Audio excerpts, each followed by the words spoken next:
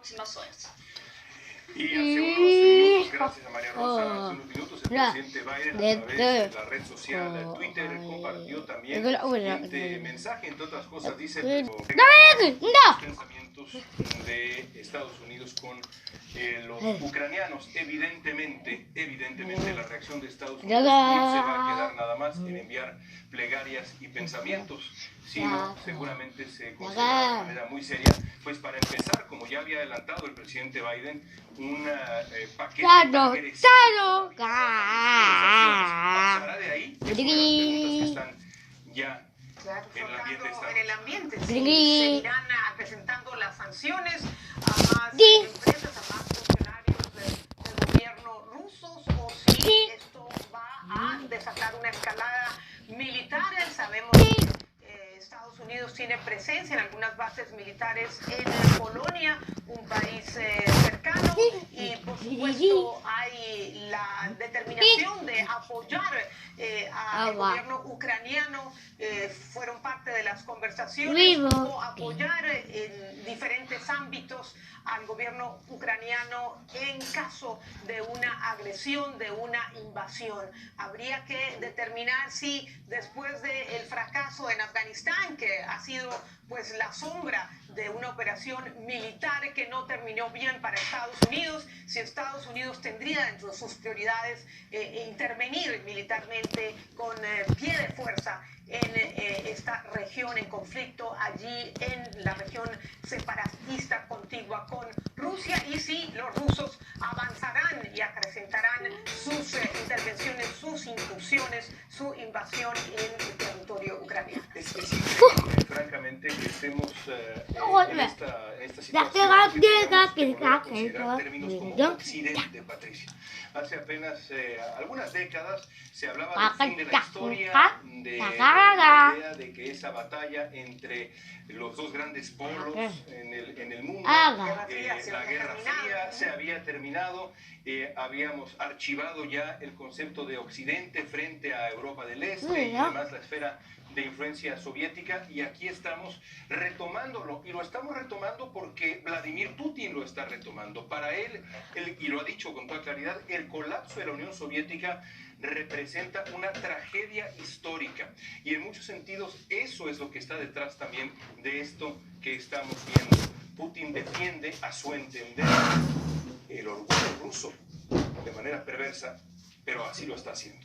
Bueno, y se siente acorralado por las declaraciones que ha dado, porque la presencia de la OTAN en países vecinos a Rusia se ha presentado, y por supuesto si estas ex repúblicas soviéticas tienen el aval de la OTAN para unirse a la Alianza del Atlántico Norte, pues están mucho más alineadas con Occidente, y eso el gobierno ruso lo ve como una amenaza, aunque no ha habido ninguna provocación, no ha habido, por supuesto, ninguna acción que haya desatado esta respuesta del gobierno ruso, del gobierno de Vladimir Putin, y la OTAN ha dicho que ellos determinarán si aceptan o no a Ucrania y a otros países que quisieran integrar la Alianza del Atlántico Norte, siempre y cuando cumplan los requisitos, y estos son países soberanos que tienen libre determinación, y ellos decidirán si hacen una solicitud formal y si son aceptados.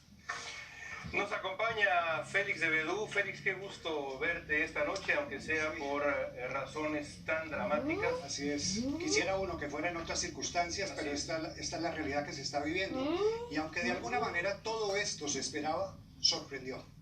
Incluso nos llevamos una sorpresa por la intervención del presidente ruso Vladimir Putin esta noche. Cuando se reunía el Consejo de Seguridad de Naciones Unidas, él salía en televisión, creo que algo así como a las 5 de la mañana de Rusia. Y es muy interesante las palabras que utilizó, porque él insiste que esta es solo una intervención en el Donbass para proteger a la población civil, y es lo que presenta, que es una operación de fuerzas especiales que van a llegar hasta ahí. Pero lo siguiente que dice es lo más preocupante. Así es. Porque dice que hay que desmilitarizar a Ucrania y desnazificar a Ucrania. ¿Eso cómo se entiende? ¿Cómo se puede pensar que él quiere desmilitarizar a Ucrania solo interviniendo en el Donbass?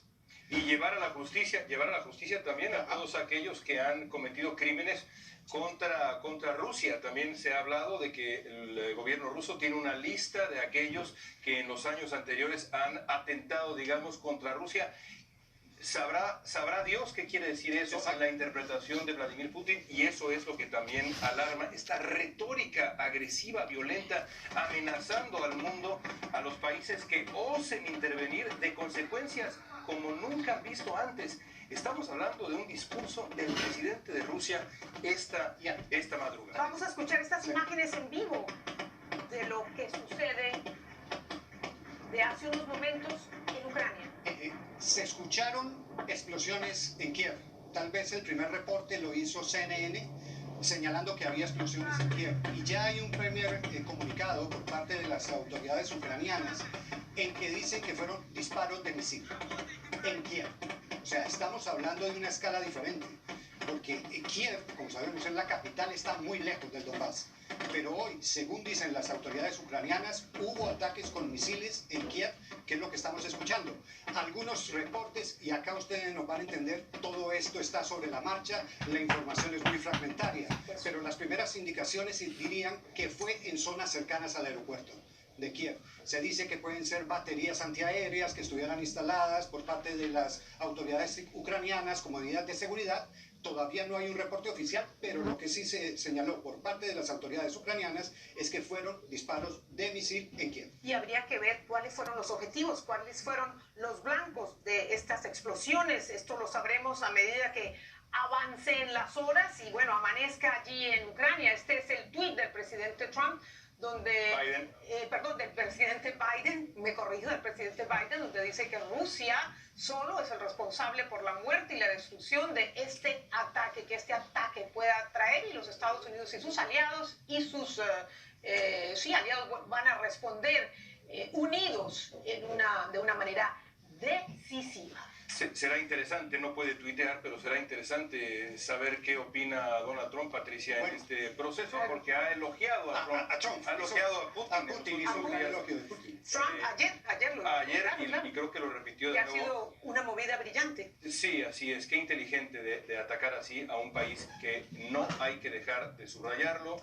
Patricia Félix, independiente, soberano y democrático, Ucrania. Y que curiosamente en la intervención de Putin declarando la guerra, dice que esta no es una ocupación, que ellos no tienen la intención de ocupar a Ucrania, que no se va a hacer nada contra la voluntad del pueblo ucraniano.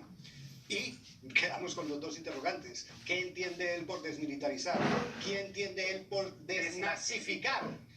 ¿Cómo se desnazifica? Porque hay que decirlo, es cierto que en Ucrania hay presencia de grupos pronazis que tienen una larga historia, pero él lo quiere hacer parecer como si fuera la mayoría del pueblo ucraniano. Y evidentemente no es así. Además, ha hablado de responder a la falta de cumplimiento de los acuerdos de Minsk, en los que el gobierno ucraniano le concedía cierta autonomía a estas zonas que colindan con Rusia y que a lo largo de los años no se ha cumplido.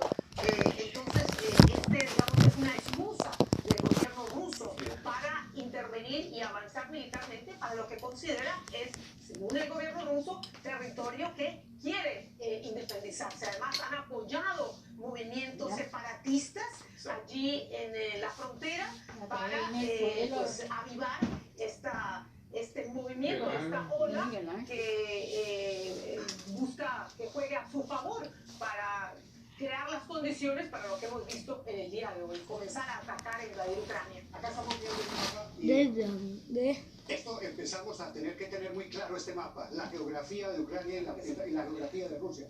Kiev, Luhansk y Donetsk en el Donbass, que es la zona de mayor preocupación en este momento. Según lo que ha dicho Putin, su intención es controlar esta zona, que hay que decirlo, durante mucho tiempo ha estado en poder de fuerzas prorrusas.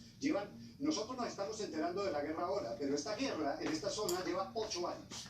8 años que han estado en guerra en esta zona. Y acá está Crimea, que es uno de los temas centrales en toda esta discusión.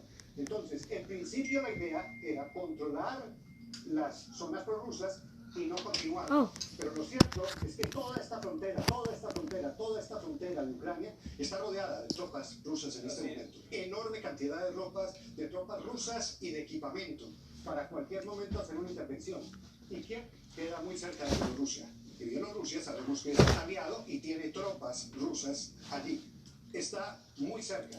La segunda ciudad ucraniana que queda acá, en esta región, también, exactamente, que donde esta noche también se escucharon disparos. Correcto. Esta noche también se escucharon explosiones allí. Está muy cerca de toda esta zona. O sea que esta operación, que era la que él pretende, entre otras cosas, lo que se dice que busca es generar un corredor terrestre hasta Crimea, que ha sido una preocupación permanente de ellos. Pero además, la anexión de Crimea en 2014 marcó un pésimo precedente para esta situación geopolítica, porque a lo largo de 9 años las cosas no tuvieron ninguna consecuencia. Crimea se anexó una región que pertenecía a un país independiente como Ucrania, de 9 años. Sí, que tenían la noche aquí. Y ahora avanza. Y esa rosita lo tenían en el cuarto. Y que no disfrazó de referéndum. Además. Hay que recordar que en Crimea se hizo un referendo donde supuestamente la mayoría de la población está con Rusia. Sí, lo que es evidentemente notable también es que esto viene después de una serie de discursos de Vladimir Putin en donde avisó que iba a ocurrir algo similar. Y para empezar decretó él, primero que Ucrania es un invento de Vladimir Lenin, es decir, es un invento que parte de la creación de la Unión Soviética, algo que es una tergiversación de la historia aberrante. Como respuesta, la embajada de Estados Unidos en Kiev subió un tweet muy ocurrente con imágenes de Kiev en el año 900, en el año 1000 y en el año 1100. Y junto a estas imágenes de que ya era una ciudad milenaria establecida, imágenes de lo que éramos en ese tiempo. Era un bosque, no había nada. Y además, no solamente hace eso Vladimir Putin, sino que él decreta que esas dos regiones que nos describe Félix de Bedú son también independientes. ¿Por qué puede hacer eso un presidente de Rusia? ¿Por qué puede declarar que un país vecino simplemente no existe y dos regiones son independientes? Se lo preguntaba el presidente Biden. ¿Quién cree que es Vladimir Putin? Preguntaba el presidente Biden hace unos días. Y lo preocupante es conocer las consecuencias que se va a tener en nuestra región, en nuestro hemisferio, porque Rusia tiene países muy cercanos a Estados Unidos en nuestro jardín trasero, porque nuestro patio trasero, como aliados, y puede hacer alianzas militares. Ya lo ha anunciado Maduro, que la cooperación con Rusia se ha acrecentado en todos los frentes, especialmente en el militar. Tenemos a diplomáticos rusos visitando a Venezuela, visitando Cuba. ¿Qué pasa? En Nicaragua también, por supuesto, si digamos en respuesta a esa presencia de Estados Unidos en las fronteras rusas, pues la respuesta rusa sea aumentar la presencia militar en los vecinos de Estados Unidos. Y hay algo claro, que no se necesita ser experto y es una cuestión de sentido común. Nada peor para salir de una pandemia que una guerra. Históricamente, primero van las guerras y después van las pandemias. Acá venimos de una pandemia, estamos entrando a una guerra que tiene una posibilidad todavía desconocida, porque siempre se ha dicho que se sabe pero nunca se sabe cómo termina. Me parece que tenemos un mensaje en Twitter de Marco Rubio, senador republicano de la Florida. Ahí tenemos a Rubio, que había adelantado durante el día la manera como iba a ocurrir esto e incluso las siguientes horas. Veremos